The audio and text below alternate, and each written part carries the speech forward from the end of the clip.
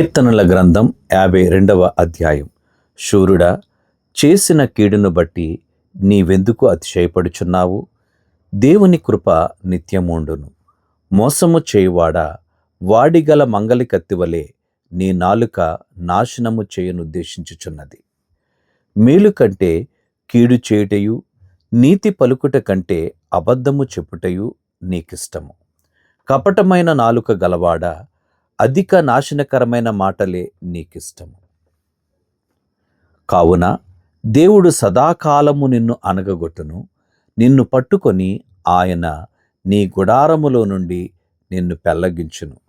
సజీవుల దేశములో నుండి నిన్ను నిర్మూలము చేయును.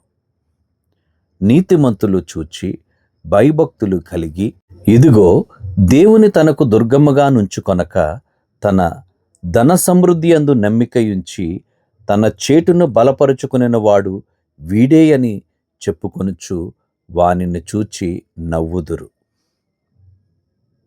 నేనైతే దేవుని మందిరములో పచ్చని ఒలీవ చెట్టు వలె నున్నాను. నిత్యము దేవుని కృపయందు నమ్మికయుంచుచున్నాను. నీవు దాని నెరవేర్చితివి గనుక నేను నిత్యము నిన్ను స్తుతించెదను. నీ నామము నీ భక్తుల దృష్టికి ఉత్తమమైనది. నేను దాన్ని స్మరించి కనిపెట్టుచున్నాను.